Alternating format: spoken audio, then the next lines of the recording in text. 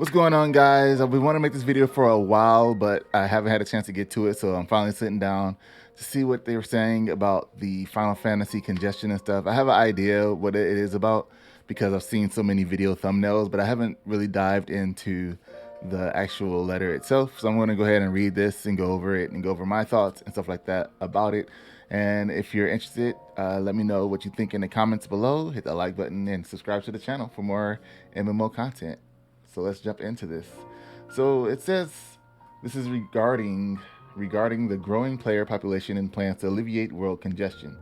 Greetings, Final Fantasy XIV players. This is your producer and director, Naoki Yoshida. First and foremost, I would like to extend my thanks to all of you for your continued support.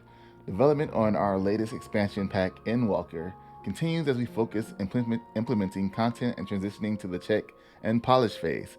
Expectations for 6.0 are high and have resulted in an increased interest in Final Fantasy XIV, especially in North America and Europe, where we are currently experiencing an extreme influx of new players. Today I would like to go into detail about the server congestion resulting from this influx and the steps we are taking to address it. The message is a long one, so please bear with me. Player population growth. As mentioned above, Final Fantasy XIV is currently experiencing a dramatic increase in its player base. This increase is not only limited to the global versions served by the Japanese, North American, and European data centers, but also the locally operated Chinese and Korean versions as well. Recently, we have experienced record user numbers in all regions with a vast amount of new players beginning their adventures.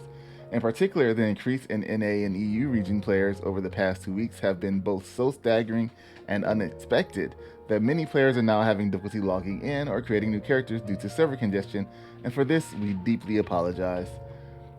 So they're talking about raising simultaneous login caps. The population that can be logged in to each world server at one time is capped. However, as some of you have noticed, this cap is not the same for all servers and differs somewhat between data centers, Mana, Aether, Chaos, etc.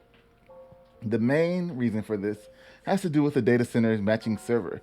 A matching server can only handle so much information, so to ensure that it functions properly, a capacity limit must be set. This limit determines the overall maximum population of a data center, which is then divided by the number of worlds in that data center to calculate how many players can be logged into each world. If a matching data center were to overload, it would result in the duty finder ceasing to function properly and instability when entering instant content, hence the importance of login caps. Differences in login caps occur due to differences in the number of worlds per data center, as well as differences in matching server performance. This is interesting information. This is something that we never really get behind the scenes of what's going on with servers, why there's login queues and stuff like that. So it's pretty interesting to see this information about why login queues exist in the game and why caps are the way they are. As it happens, the matching servers used in the North American data centers were recently upgraded to higher performance models. Continued optimization for this new equipment has allowed us, as of July 16th, to increase the maximum number of simultaneously logins across the North American data centers by 18,000, or approximately 750 per world server. So if you noticed your login queues being a little bit lower after July 16th, this is why. A matching server upgrade to the EU data centers, while currently planned for the immediate future, however, is still pending. As such, until the upgrade is implemented, it will be difficult for us to raise world login caps to the same degree as those of the North American worlds. That said, the team is currently working hard to optimize existing servers in an attempt to increase the caps, if by a smaller amount, and will endeavor to make continued adjustments and improvements while maintaining game stability. Despite the aforementioned cap increase, over the weekend of July 17th and 18th, several North American world servers expected periods of 6 to 7 hours at maximum login capacity. Wow. As a result, character creation was unavailable for long periods of time, and players faced average login wait times of 10 to 20 minutes. For players residing on worlds in the European data center, weekend login wait times were as high as 40 minutes. We deeply apologize for the situation in both regions. Hopefully they raise these caps on New World as well, because they have some crazy login times with that also. Character creation and login wait times. When a world server reaches its maximum capacity, any additional players attempting to log in will be placed in queue and must wait until a player already on the server logs out before being admitted. As character creation requires a player to be logged in order to write the newly created data to the database, new characters cannot be created while the server is full. While we regret having to do so, we would humbly ask two things of our players to ensure that new players have the opportunity to create characters. First, we ask those not actively engaged in the game to log out of their characters rather than remaining logged in while idle. Second, we request that you avoid creating new characters during peak congestion times. So this makes sense. People that have been logged in, if I'm not mistaken, in the new patch 5.58, they've added kind of like an AFK timer. So if you're AFK for too long, you will be booted from the system. And I guess they figure like you guys are not really listening, or maybe you didn't see the letter, because a lot of times things like this are not seen, are not noticed, and they decided to go ahead and take it into their own hands and engage in the AFK boots. Now I wonder how long that's going to be. If it's going to be like a permanent thing, or if they're going to revert it back. So, once everything slows down, you have our dancers back in Limsa, Lomenza, and our other Aetherites around the world. But we'll see. As mentioned above, those who log in while the server is congested may experience login queues, which allow players into the server at a reduced rate in the order that they join the queue. Login queues occur for two reasons. The first is that the act of logging in temporarily increases the server's load. When a world experiences a large number of players attempting to log in at once, it may become overloaded and crash. This is best avoided by staggering logins. The second is, as explained earlier, that each world has a maximum login capacity, and to maintain stability in such cases, players may only be admitted once others log out. We ask that you patiently remain in the queue should you encounter wait times. These queues are necessary to ensure that servers remain stable, while providing a safe, fair means for players to enter the game during periods of increased user activity. Please also note that in order to prioritize our paying customers, the login queue is not available to players using the free trial version, regardless of whether it occurs due to a surge in logins or a world reaching its capacity. Logging in will only be possible for these players after a world's login queue is cleared. We once again apologize for the inconvenience, but ask for your understanding on this point. That's really unfortunate, because that's a lot of things that people are getting everybody into. They always say, hey, the game is free, you can try out the free trial. But those people won't be able to log in or potentially create characters because everything's so full. So it's good that the game is growing, but right now everything's kind of like paused until they get it all situated. So I guess we'll stop pushing the free trial on everybody that is interested in playing the game because of that reason. As an emergency measure to combat congestion, we are also planning the early implementation of the auto logout feature originally slated for the expansion launch. With the release of patch 5.58, if no input is detected from a character for an extended period of time, the character will be automatically logged out of the game.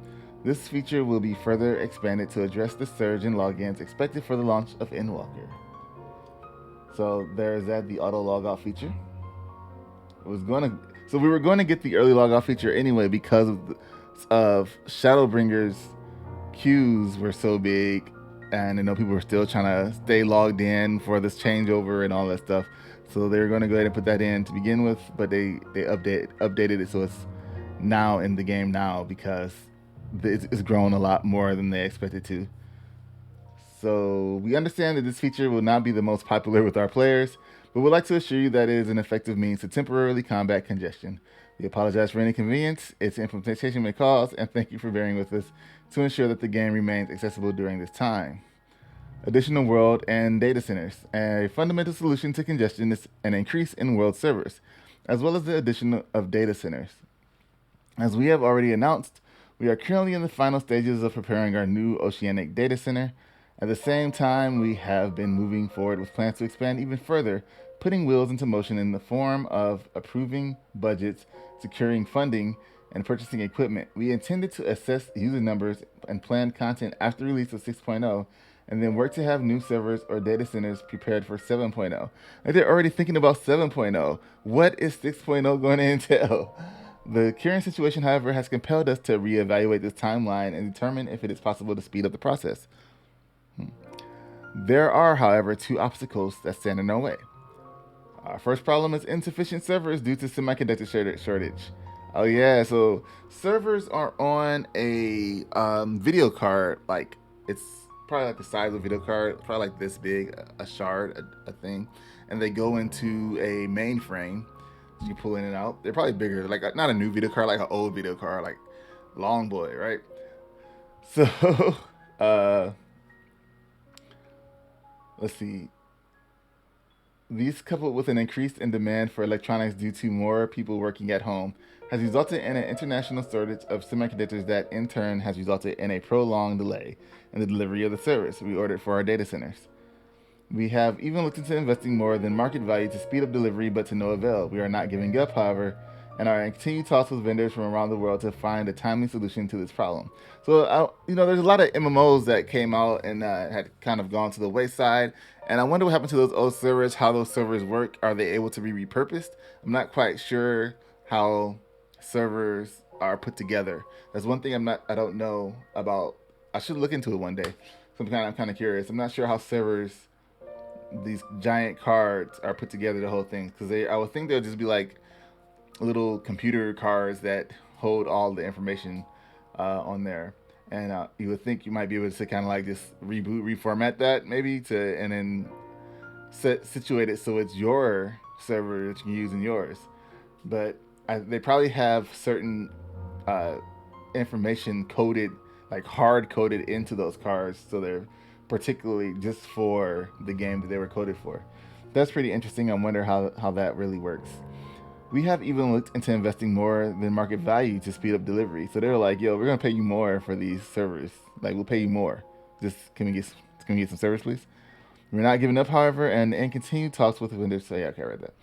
Player problem 2, travel restrictions. As we touched up briefly upon at the Digital Fan Festival, global travel restrictions due to the pandemic have prevented our server infrastructure team from physically visiting the data center locations, causing a considerable amount reduction in work efficiency. While over the past year and a half, the team has managed to work remotely with overseas staff on the Oceana data center, it has been a challenge that our staff will have to face once again as we look to expand server capacity in Europe or North America. That said, many members of the team have been proactively getting their COVID vaccinations and are looking into options such as vaccine passports as we plan for in-person visits to data centers. Are those things exist now? Vaccine passports? I'll look into those. Of course, even should the opportunity to travel arise, we will respect each staff member's opinion on the matter and put their safety first. So they're not forcing anybody to go travel to get these data centers. We will continue to closely monitor the situation in other countries, and once it has been deemed safe and efficient, given mandatory quarantines and stuff, we'll take further steps towards resuming on-site work overseas. Though the obstacles that still face us are many, we believe that the best and most effective method for providing our players a stress-free gameplay and experience is through the introduction of new servers and data centers. To see this goal realized as soon as reasonably possible, we on the development, operations, and infrastructure teams players to continue to do our utmost.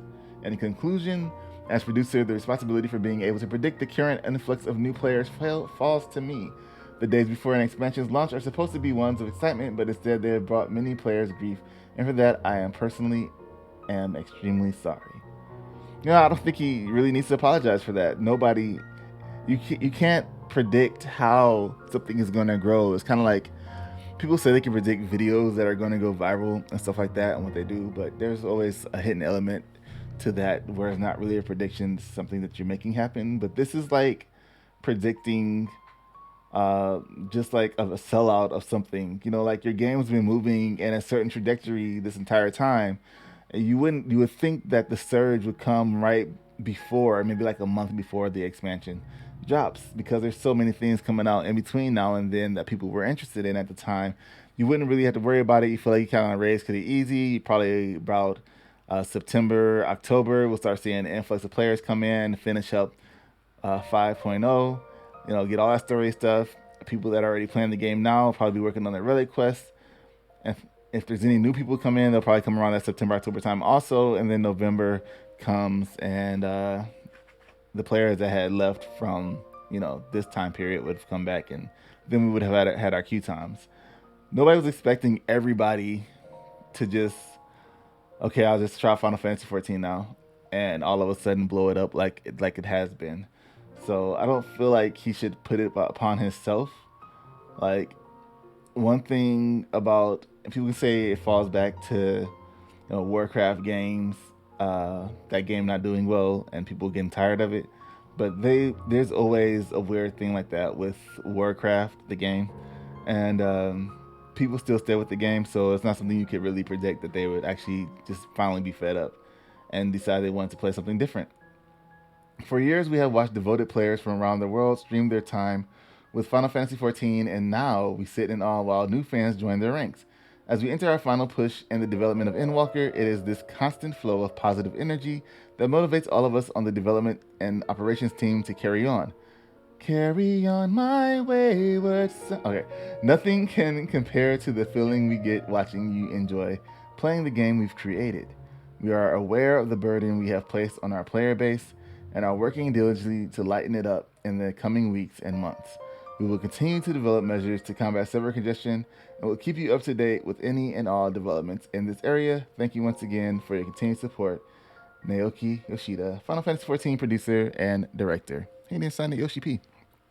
So, with this said, I just wanted to say that I don't feel like you really need to apologize for the server congestion and stuff like that. We understand as a player base, like, that is a pain in the butt. I know people have been complaining about it on, a mini Reddit, aka Twitter, about all the stuff that's been going on, all the new players coming in and them not being able to log in. But it's just really a mild inconvenience. 40 minutes is a long time for the EU players. 20 minutes isn't really that bad for the North American players. So I'm sorry. I guess I apologize for him to you EU players that have to wait 40 minutes for a login queue. You have to kind of plan your day around when you'll be able to log in because it's so busy. But I just wanted to say that I don't feel like he should apologize for not predicting the blow up because nobody was able to predict the blow up. And it's, they already had plans in motion to get things ready for the expansion and even for the next 7.0 to increase even more. And it just came so fast, similar to how the pandemic came so fast and caught everybody off guard. So don't blame. Nobody blames you. I don't know if you ever will see this video, Yoshi P. I don't feel anybody blames you or the team. I just think people are just impatient because they're used to logging in right away, especially around this time, and now they can't. And so they're a little frustrated with it because, they have stuff, they never know how long the queue is going to be. They may have an event planned and they just kind of get thrown off by that. But I think everybody that has read this letter and that plays the game, Final Fantasy XIV, and knows the devs, the fans, the people that are giving you all this positive energy, I think they know that you guys aren't slacking on anything that you're doing and that you're trying your best to make sure everything runs smooth and is good for the community. So I just want to say, I guess, thanks to you guys, if you ever see this video, for, continue to work hard on the game. It's appreciated, and that's why the community loves everybody in the dev team. So until the next video, it's got kind of weird at the end, I guess. Until the next video, guys, thanks for watching. Make sure you hit that like button and subscribe. Let me know your thoughts in the comments about this letter, about what you think about it, how you feel about Yoshi P apologizing. I'm kind of curious to see what the Rising event's going to be for Final Fantasy, because we know that anniversary event comes, and we always get a message from Yoshi P in there as one of the quests, and I'm kind of curious to see what it's gonna say this time because of this letter right here. So I'm interested. I gotta see what it says. Let me know what you think. Thanks for watching. I greatly appreciate it. I hope you guys are having a wonderful month, year, day, and I'll talk to you in the next video. Peace.